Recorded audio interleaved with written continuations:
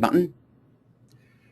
So once again, good morning, good afternoon, and if I don't see you later, good night. This is Richard Duffy. I am the Acumatica product evangelist, and I'd like to welcome you to lecture number 8 in our Demo University series, a series of sessions designed to help you do a better job of demonstrating and presenting Acumatica and showing people how Acumatica can fit their specific business requirements.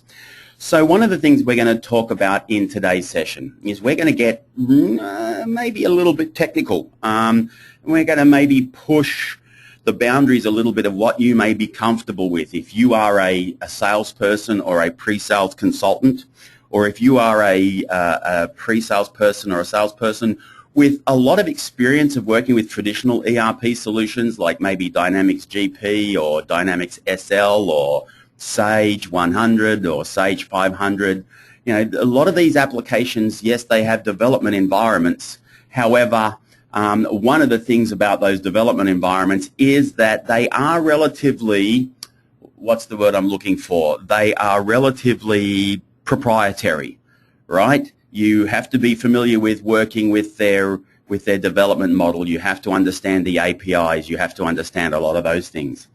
Now, when you're talking to a prospective customer, a lot of the prospective customers that you're looking for or you're looking at is they are, they're looking for a solution that will be customizable to meet their specific requirements. Now, a lot of that customization is going to be customization against the business processes. However, one of the things that people like to see is that the product can be tailored to the look and feel that they want. Now, cast your mind way, way, way back to when we first started our demo universities. One of the things that we talked about is why do we do demonstrations? And for those of you who are coming to my sales and pre-sales session in the 3 days after the summit coming up in just 2 weeks, looking forward to seeing you there. We're going to spend a lot more time talking about this, but if you think about it, when you are doing a demonstration for a prospective customer, you are showing them how the software is going to meet their requirements, right? You're not training them in how to use the software. You are purely showing them, and somebody's just chatting here, so let me make sure I'm not missing anything there. Whoop.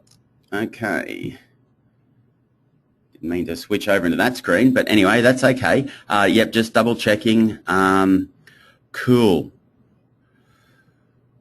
Okay, interesting. So it's a bit of feedback, actually. This is good feedback. I'm glad I swapped across into it. Graham Martin from the UK has said that, they lost a fair bit of business around the turn of the century because, it's always funny saying the turn of the century, isn't it? Saying because the platform that they were developers and resellers for at large at that time was not recognized by the world at large. And I think that's certainly a challenge. I know, when I started selling Dynamics, back when I was a Dynamics partner, I started talking to people about this scripting language called Dexterity. And, you're always trying to convince people that Dexterity was a good thing. And, then you'd have people saying, oh, no, Dexterity's bad and it should be written in Visual Basic and so on and so forth. So it's an ongoing challenge. But the great thing about working with Acumatica is that it is all standards-based. Now, going back then to that discussion point around demonstrations, part of your purpose in a demonstration is to help a prospective customer understand how the software is going to solve their problems. You need to make it as friendly and as, unscary. You want to reduce the amount of fear that they're going to experience as they're looking at your solution. Why would they be experiencing fear? Because you're going to be asking them to change. So change, whether you like it or not, I think probably 90% of people don't like change. Even if it's change for the better, they just don't like it. So what you need to do is you need to make sure that you're making your demonstration as easy for them to understand as possible. Now, a lot of people will say, yeah, but it's all about the functionality. And to a certain extent, you're right. It is all about the functionality. But if you show the functionality, and somebody else comes in and shows the functionality and they've done a bit of work to tailor the system so it looks more like it's designed for that specific customer in mind, all things being equal, who do you think the customer's going to like more? Well, they're going to like the solution that's been customized specifically for them. So that's what we're going to talk about in today's session. We're going to talk about how you can start doing customization of the Acumatica look and feel. Now, Acumatica is a web-based application, and the primary user interface is a web browser. And so what does that mean? That means that the fundamental language by which information is going to be transmitted between the server and the client is HTML. All right? Now, when you are formatting a web page that's written with HTML, there are certain things that you can do. You can set the colors, you can set the fonts, you can set the font sizes, you can put in backgrounds, you can do all kinds of different things. Now, there's two ways of doing this. You can do it on a page-by-page basis by putting in individual HTML tags that set the screen color, that set the font size, that set the font, and so on and so forth. Or you can create a file which sets the style for the entire website. And that's what cascading style sheets are. And no, the slides aren't changing yet. I am not going to give you death by PowerPoint. We'll sit with this slide for a second, and then I'm actually going to just crack open the software. Okay, so, but good question. Thanks, Kelly. So, yeah, I mean, you can create a CSS file, and that CSS file, a cascading style sheet, gives you the ability to set all of these different styles that you want to use. And by then simply giving each one of those styles a specific tag or a specific name, let's call it, you can then say, when I'm painting this particular screen, I want to use this style. I want to have a style called paragraph where, you know, it's a 10-point font. It's an Arial font, and that's basically it. You know, it's left aligned. You might then say, well, actually, I want, in this case, I want this to be a H1 piece of text. So I want that to be, pardon me, I want that to be bold. I want it to be in red. I want it to, I want to use a different font. I want to maybe put it in Times Roman or something like that. So what CSS, Cascading Style Sheets, allows you to do is it allows you to control all of that. So having said that, let's now dive in, and what I'm going to do is I am going to take you in and I'm going to start showing you exactly how Acumatica uses Cascading Style Sheets first and foremost, and then I'm going to actually go in and show you how you can start making changes to those Cascading Style Sheets to adapt your Acumatica demo. Now again, remember, why are we doing this? We're doing this so we can map through to the customer's requirements. Guess what? If you're sitting there thinking, yeah, I don't really need to do that, I'm sorry to tell you, you do. Our competitors are doing this. Our competitors, like NetSuite, when they go out and they do a demonstration for a prospective customer, what do? They go out and look at the prospective customer's website, and then they map the NetSuite look and feel and the user interface to match that customer's website. They'll grab the customer's logo. If the customer has got a color palette that they use, they'll match that color palette. If they've got a specific font style that they use, they'll potentially use that font style. They'll grab content from the customer's pages and embed it into the NetSuite application. A whole bunch of things which are incredibly easy to do, but you know what? My understanding is that right now probably 80% of you aren't doing it, okay? Or 80% of us. Let me say us, not you, because that makes it sound like an accusation. 80% of us, when we do demonstrations, because I'm guilty of this from time to time as well, we're not taking the time to do it. If we're taking the time to do a demonstration and engage in a sales cycle, it's definitely worthwhile for us to take the time to do the customization. So what you're looking at right now, I'm now connected through to my server infrastructure, which is running in Australia. And again, this is the same infrastructure that's running www.smeclouderp.com/Acumatica. And remember, I can set up for you your own instance on that infrastructure. All you need to do is ask, okay? And I will then set up a www.smeclouderp.com/ whatever your partner name is. Okay, I'll even create one for you as an individual if you want. But when that's done, basically what we do is we have Acumatica get set up on the back-end server. And that's what I'm connecting to right now. I'm logging on and I'm connecting to the back-end server. Now I can do all of what I'm about to do right now from my web development tool, which is Dreamweaver.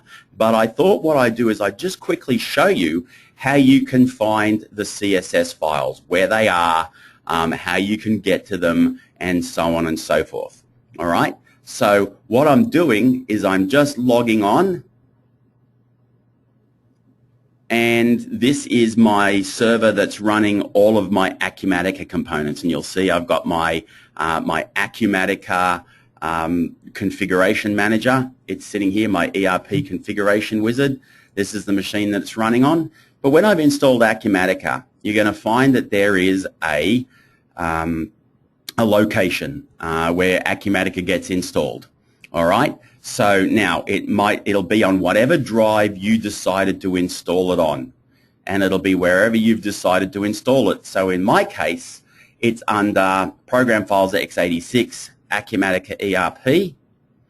Okay, and then when you look in here, what you will find is each instance of Acumatica that you have installed, and you can see I've created a few for a few different partners now.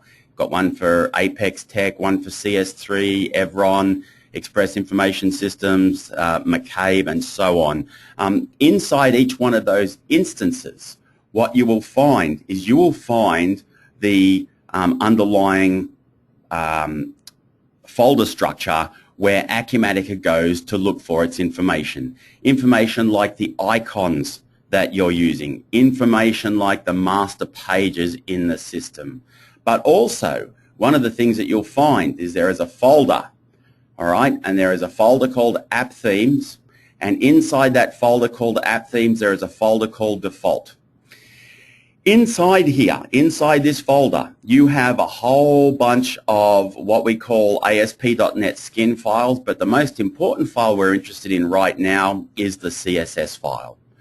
So, quick suggestion, before you go in and start doing anything else, make a copy of that CSS file. So I just go in, I'll do a copy and a paste, and you'll see now I've got a copy. And then you've got a backup just in case you go in and you do something unspeakable that craps out your entire CSS file. So right now this is just preparing, all right? So a good chef, a good tradesperson always prepares well before they go ahead and they start working, all right? Now, if you go and you open up that CSS file, and you can see I can open it up in Visual Studio, or I can open it up in WordPad, or I can just open it up in Notepad. And I'm just going to open it up in Notepad, and you'll see the great thing about all these files, as I said before, they're just text files. Now, if you're looking at this and going, "Oh my God, what is he showing us here?" Do not panic, right? You don't have to really know how to read this entire file, all right? But this is one of the things that web developers know. So if you're going to get proficient in working with Acumatica, you have to get proficient. You have to get proficient. That's a combination of being proficient and promiscuous. So, but I don't want you to be promiscuous. So let's just be proficient. So yeah, you need to be proficient in working with cascading style sheets or CSS. All right.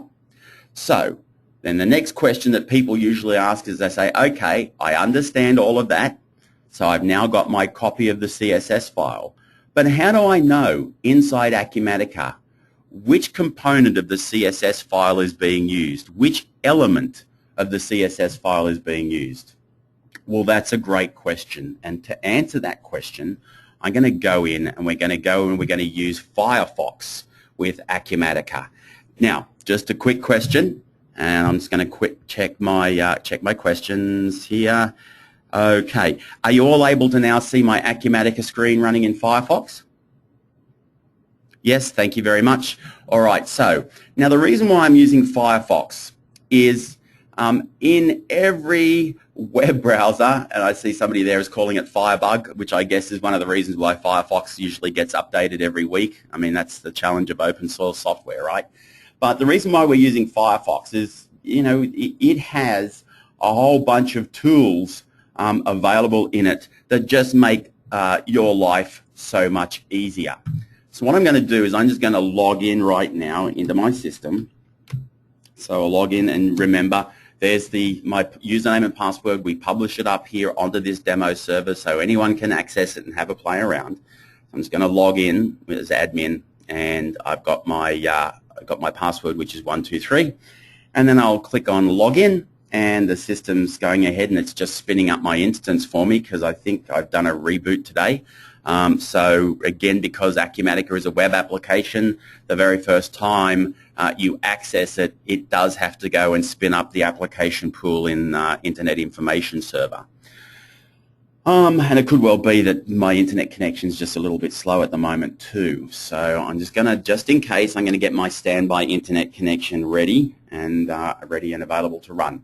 So here we have our Acumatica screen. Now, one of the things that you'll see, I've got different colors and different fonts here. I've got different colors and different fonts here, and then I've got my screens here. I've got my my navigation panel. I've got my entire sitemap, and then I get my dashboards that come up here. So if you're thinking, well, how do I work inside Acumatica? How do I make changes to the cascading style sheets? Well, you can go directly into the CSS file and make the changes if you know how to read CSS. But a lot of people, you know what? They go, well, hang on, I don't know what I'm looking at. So all you need to do in Firefox is you right-click anywhere on the web page, and you go here and you choose Inspect Element. Now what this does is right down the bottom, and this is one of the reasons why we like to use Firefox, is it brings up this tool set that shows you what's going on behind all of the web pages, and this is called your inspector. Okay, and that keeps. I've finished with that for now. So you know what? I'm just going to close that down. I don't need to go back into my remote desktop anymore. So this is your inspector. So this is basically showing me on this page what is the HTML code that makes up each one of these areas. All right? Now, if I want to look at the HTML code for a specific page, let's say this dashboard, all right? I'm looking at this dashboard, and I want to see the HTML code specifically behind that. So what I do is I go down here and I'll click on this button, which is Select Element with Mouse, and you'll see as I hover over each one of these different elements on my web page, not only does it show me what that web element is. You'll see this comes up and it says there you go, path, then you've got this div area. So it actually shows you here on the screen, but it automatically down here in the Explorer, it's automatically changing. So let's say I'm looking at this particular element. Okay, this is my toolbar.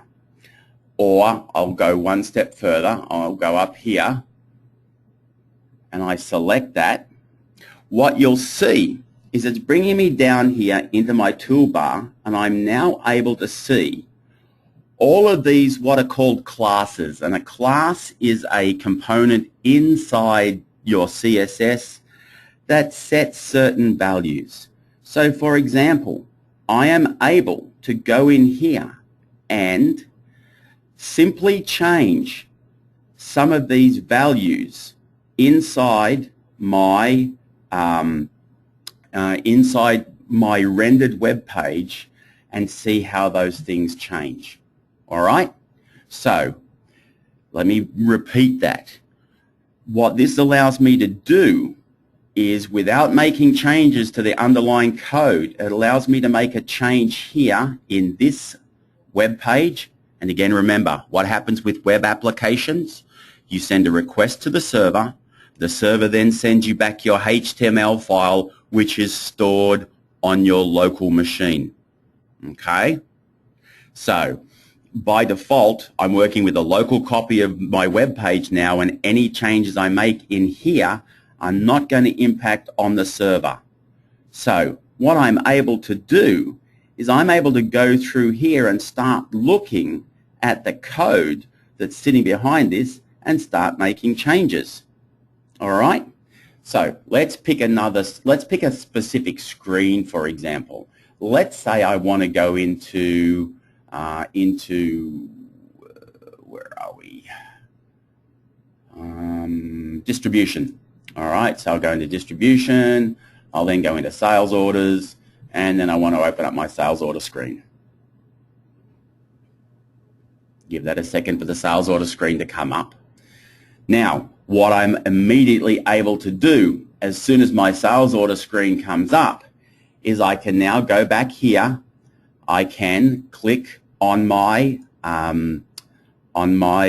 selector, and again the same thing is happening here. If I'm looking at this screen, all right, you'll see that it's showing me what's going on behind each one of these buttons. All right, so take this one for example, my action button. If I select that now, what I can do is I can come down here and you'll see it's been selected, and this is a class, but right now it's collapsed. If I expand it out, you start getting to see additional information about what's going on behind that button. All right? If I select another area, let's say for example this area here, all right? I can select it down the bottom here, my panel, my add invoice panel.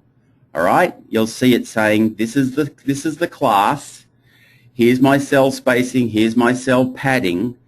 Here is my style, right? Display, none, height, width, and so on and so forth. What I'm able to do is I'm able to go in and I'm able to start making changes here. And what does it do? When I accept that change, it makes a change for me directly in the screen. Okay, so what I see is I see a change reflected here in the screen. Let's look at this page, for example.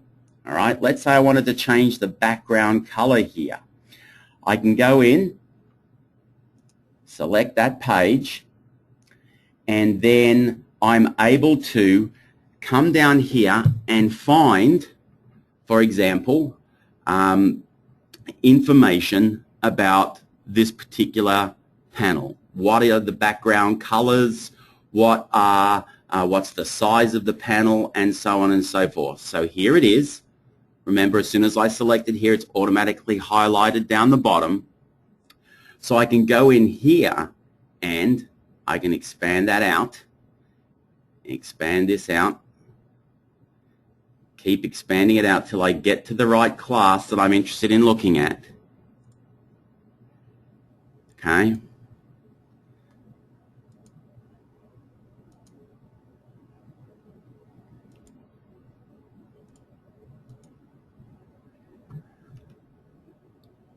And you'll see a lot of the time, this is why it's called cascading, because a lot of this stuff is actually buried away down inside inside the style sheets and inside the code.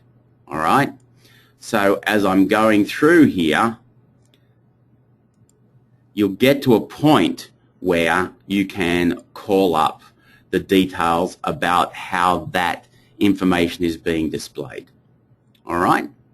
So, again, just want to make sure that you're comfortable and that you are familiar with using some of these tools. So right now I'm using the inspector.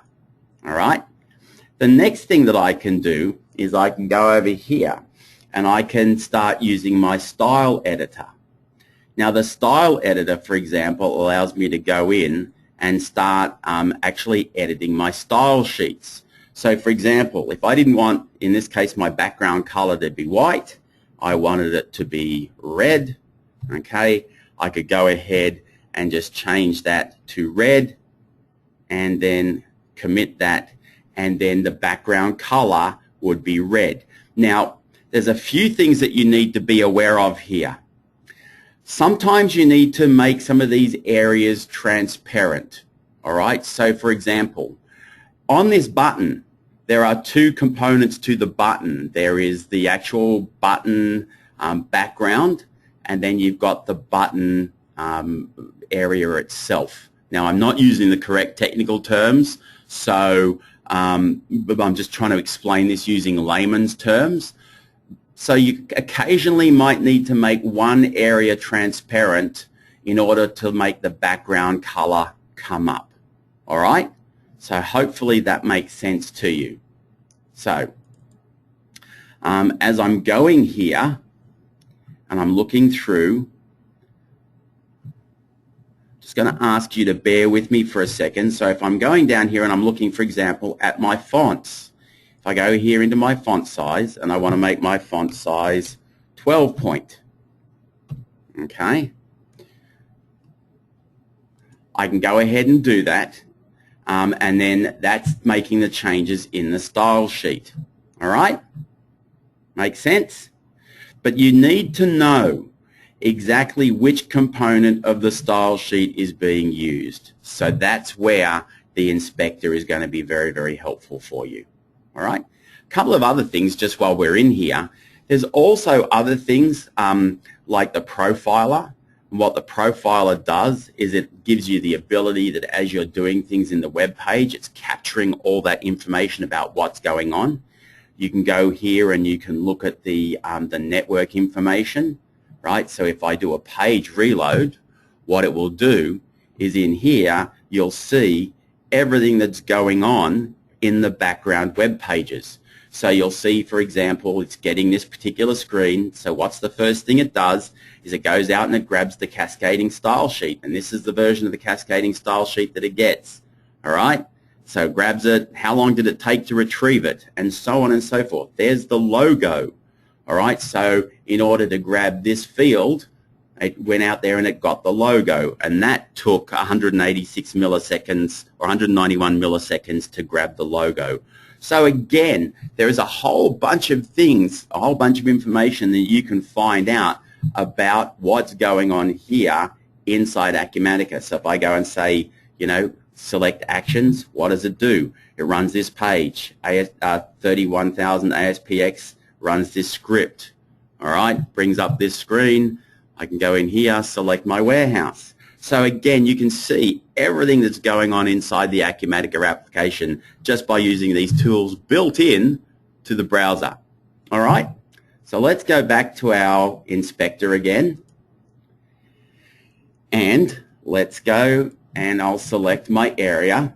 And I'm just going to ask you to bear with me for a second, because one of the things I'm going to do is I'm going to invite our web developer, the gentleman who works on all of our websites here at Acumatica, Victor Ziara. I'm going to invite him to come in and just give us a little bit more specific information about how you might go about using some of these style sheets. So stand by for me. I'm just going to go and ask Victor to join us. Please bear with me.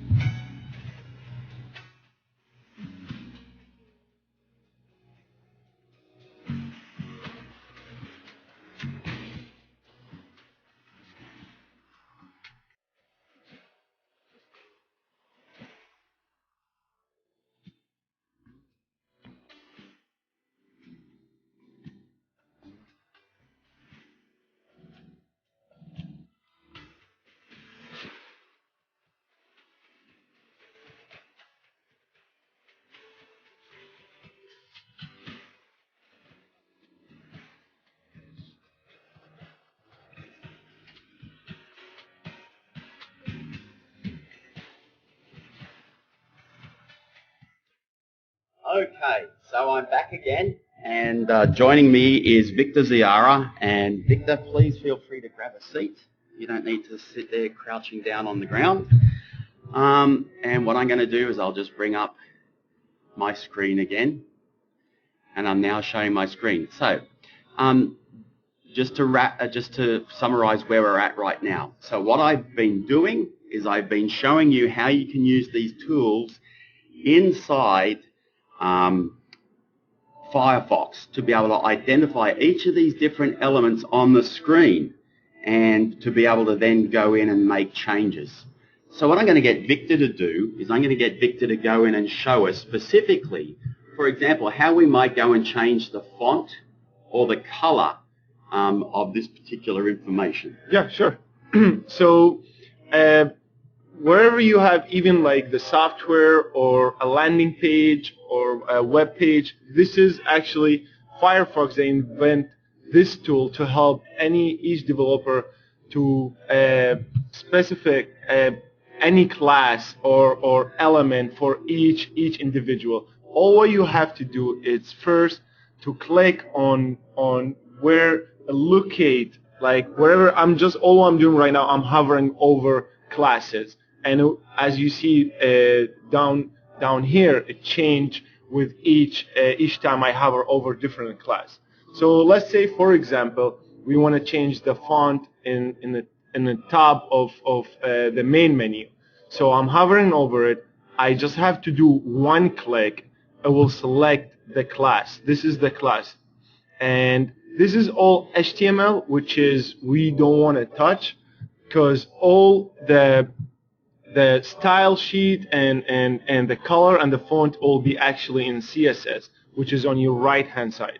So for that specific class, I'm gonna hover over again and finance, one click, and it will show all. So the color is black. Let's say we want to change it to red, for example. So we will just type red. And then, so this class, like where's the background and the color, is actually going like to, we will go one more in top class and find the, so this is the font size. The font size, let's say we want to make it like 19. So this is 19. It changed the sales order. So we go back and try to find like this exact style. So when we clicked red, it's actually we changed the hover over class. You see it like right now when you hover over is red. If you change it to, let's say, I will change it to green or white. So right here, right now is white. Yep. And just while Victor's doing that, the beauty of this, okay, is you're looking at it and you're not making any changes to the back end. All right, so all you're doing here is you are playing around and getting yourself familiar with where you need to make the code changes in the back end. So you can play around as much as you like here, and as soon as you reload this page, everything goes back. Yep, exactly. Everything goes back. So, you know, this is one of these things. People often ask, well, do you have some kind of document which explains, well, this is where I'll find this field in the style sheet, this is where I'll find that in the style sheet, this is where I'll find that in the style sheet. It's different from each page to page. Yeah, it varies from page to page. All right, and so right now we select the class, and it's kind of game.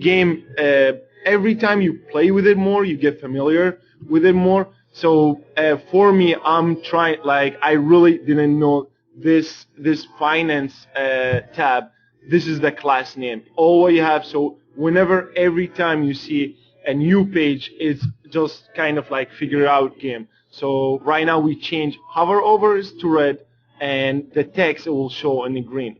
And as Richard said, let's try to reload the page. I'm just gonna reload the page, and all the setting will set to default. So you will say, so why I'm doing that? If you have access, which is Richard, he will give you access to the CSS style. All what you have to do, you come here, you figure out what the class name, and it will tell you what line. So this is the folder which is Richard I believe end of this class he will give you access to. I've already taken everyone through and shown them where they can find that on their own systems as well. Yeah. So all what you have to do is just go here. Whenever you locate the class, you go here and you see 00_controls.css. This is the folder he showed you, and you go to this line. This line in everywhere in any machine, it will be the same line, 2126. So let me give you a specific example, Victor. Let's say I want to, and I'm going to put you on the spot here. Yeah. Let's say I want to change the font for all of these buttons at once. These ones. For all of these tabs at the top. Okay, so there is in this software, because I worked with before, I know there's one class that will change all these. Probably in different for different software they will have like specific class for each one. But for now, we will have just one family font. Just type whatever font you want. Okay, so let's say, for example, I'm just going to grab the screen. Let's say I want to make this Tahoma. All right, so all I do is I go in here and I just type Tahoma, and you'll actually see all of it. All of those fonts just changed for me. All right, so now these are really simple things. So I might want to change it to Verdana. Okay, so now it's in Verdana. Or I might want to change it to, just for the sake of the exercise, Wingdings. Okay, did that come up? Did I do that correctly?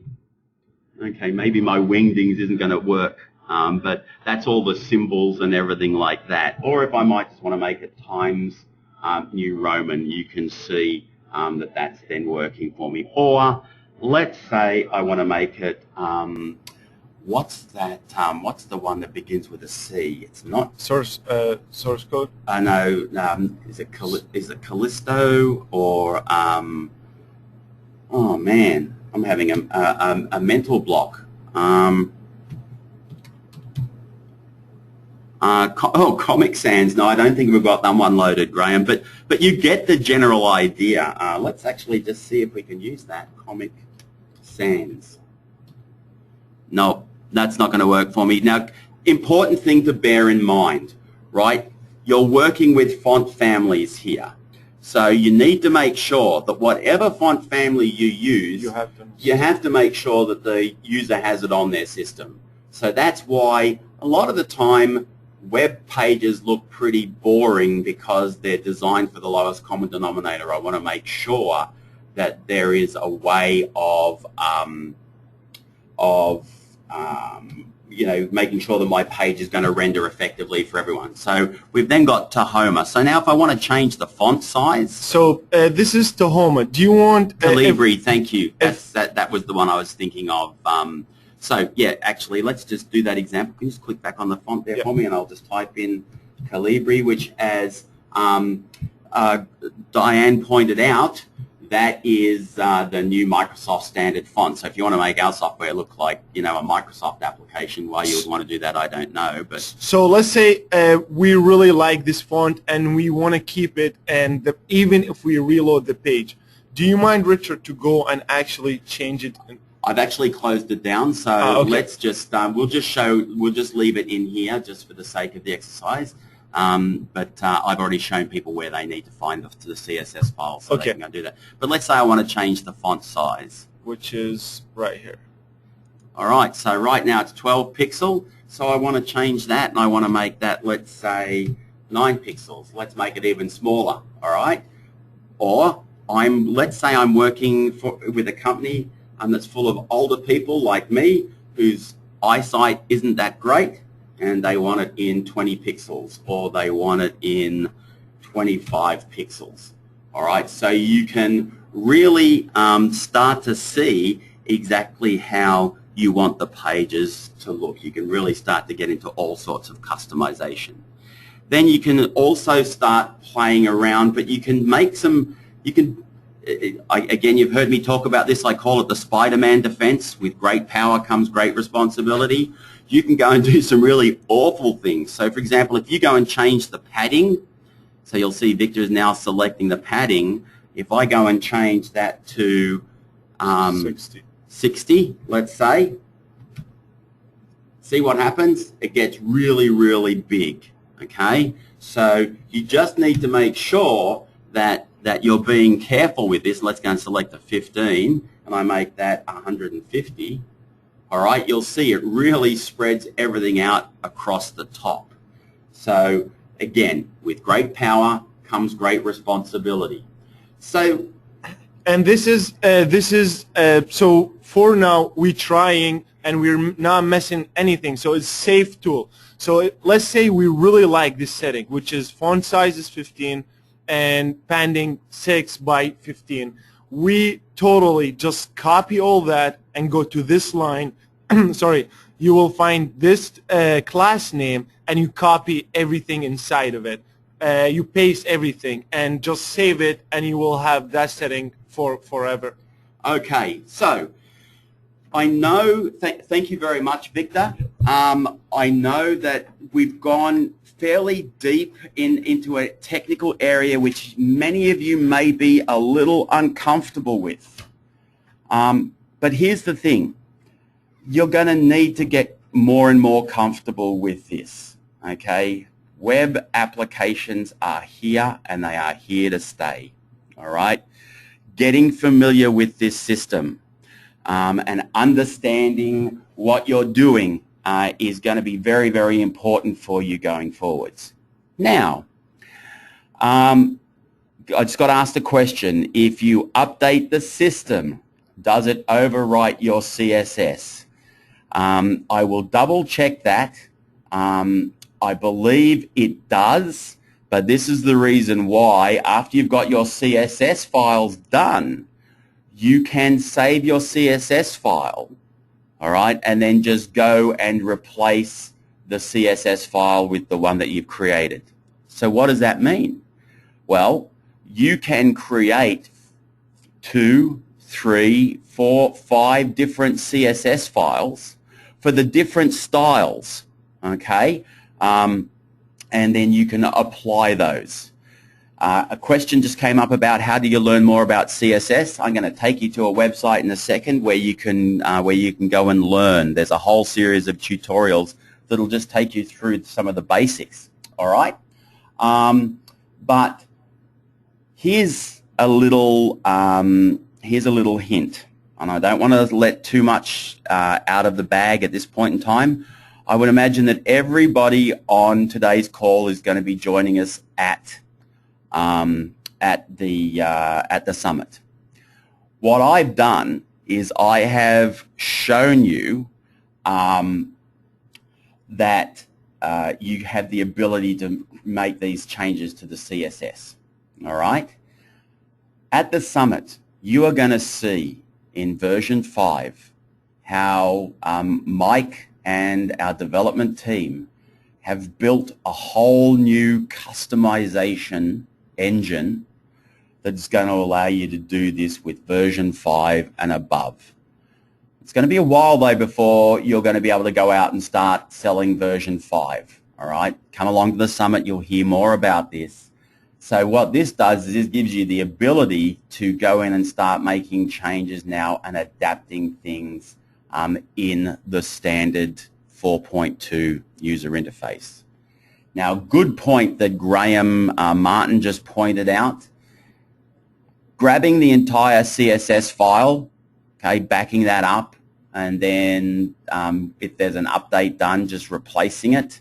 Well, if one of your developers has gone in and made some changes, you need to be aware of that. So what you might want to do is you might just want to document the changes that you've made. So on line 500, I made this change. On line 700, I made this change, and so on and so forth. Okay? So the question then came up, if a company is operating multiple entities, can I have different CSS files for those different entities? Yes, you can. Because remember, where did I go in to make that? Where is the CSS file stored? It's stored with the entity. Okay? It's stored with the entity. It's stored with that instance that I have deployed for Acumatica.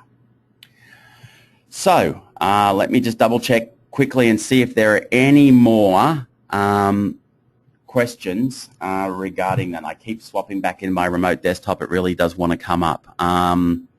So I think I've covered all of the questions. All right, so now, if you want to learn more about how to work with CSS, so all I did was I just went to www.google.com, okay, and I simply went in and did CSS tutorial. It'd be interesting to see if it comes up. Great. So you'll find if I just do that, there's a CSS tutorial for beginners I could search for, but there's a really great site called W3 Schools, all right, and they've got a whole range of different tutorials for you. So you've got so many different ones that you can choose from. It's really up to you, but you can find any one of these. So this is the one I like, W3 Schools, because they've got tutorials on pretty much everything that you're going to come into contact with. HTML, cascading style sheets, JavaScript, SQL, PHP, XML, and there's a whole lot more, right? One of the things that people are going to start working with very, very soon is they're going to be working with what's called RESTful applications. These are applications built using, it's not really a protocol, it's more of an architecture called REST. Okay, one of the things that you need to be familiar with when you're using REST is you need to be familiar potentially with using JSON. Okay, so JSON, you'll see it's JavaScript object notation. So you can find all kinds of different things in here. For example, if you want to learn about REST, okay, let's see if they've got something in here about REST. There you go, web services tutorial. You want to learn how to describe these things? Right, here you go, WSDL. WSDL stands for Web Services Description Language. All right. SOAP. SOAP stands for Simple Object Access Protocol. Okay. RDF. RDF stands for Resource Description Framework. Right, so it doesn't look like they've got anything on REST in here. Let's see.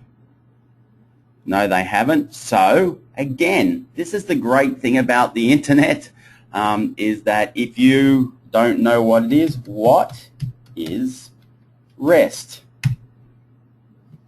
All right, and there you go. There's a tutorial. REST stands for Representational State Transfer.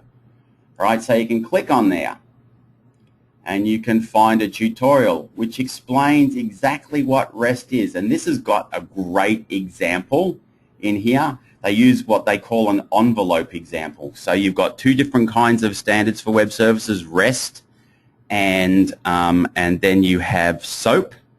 So if you think about it, what's the difference?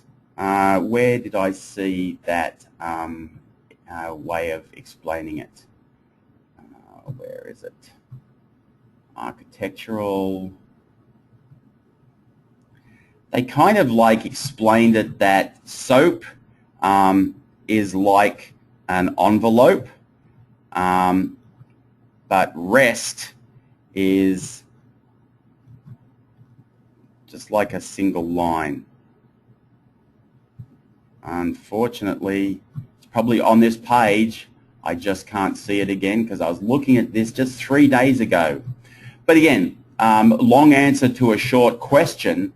But the good thing about what we do for a living is that a lot of this information is easy to find about, with just some very, very simple searches. All right. So again, as I said, a lot of detailed information, and thanks to Dinesh, he's just provided a link there for you as well on this website called, smartbear.com. So this is somebody who's written a little post explaining the difference between SOAP and REST. All right, quick overview of SOAP, a quick overview of REST. Now, you're sitting there thinking, yeah, but I'm just a sales guy. I don't need to know this. If I have somebody who wants to know about this stuff, I just call a consultant and get them to come in. Well, you know what? Like it or not, as a salesperson, you have to start getting familiar with these technologies and these terminologies, because this is the stuff that you have to be able to explain to your customers when you're giving them an explanation why no web-based application is better, how all of these things work. All right? So, and as Graham quite correctly pointed out, you don't have to be a programmer. I'm not a programmer, right? I'm not going to sit down and write the code. But as a salesperson, you do have to be aware of what's possible. Okay, what is the capabilities? So with that, hopefully you found that to be a good introduction to what you need to learn about starting to work with customizing Acumatica through style sheets. Again, as Victor pointed out, the good thing about this is that you are in a position where you can go in and you can just start poking around and seeing what's going on, seeing how the information is stored. And if you're not sure, let's say you're looking at this particular field, all right, and you're thinking, well, how is this done? There it is. There's my class. All right. I go across, I find my class, and then I got, you know, all of my information across here. Right, so I can go in and I can start changing my colors. I can start changing my padding. I can go and start changing my font size, and you'll see it happen immediately. Reload your page, it's all gone. So the secret to all of this is practice. Practice, practice, practice. Get hold of this and have a go. Right? Get yourself a copy of Firefox. Open up the demo environment. Go in here. And just start looking at all the information that you can get in here, all the information that's being made available to you that you can utilize. Okay? So with that, I'd like to thank you for joining us for today's session. I'd like to thank you for sticking with us right through to the end of what was a fairly fairly technical topic. And again, I would encourage you, go out, find some of those tutorials. One of the things I'll try and do in the next couple of days is put together a list of some of these tutorials for you where you can go and grab some of this information. But you know what? To a certain extent, you don't need me to be your personal information butler, although I'm happy to do that. You'll see how easy it was to find this information. So with that, thanks very much. Have a great day. There will not be a Demo University next Friday. Why? We're on the downhill run, or rather the uphill run, getting ready for Summit. So next week's Demo University and the week after will be cancelled, because next week I'm getting ready for Summit, and the following week I'll be delivering training at the Summit. So you'll actually be in your very own live Demo University next Friday if you are in my sales and pre-sales training.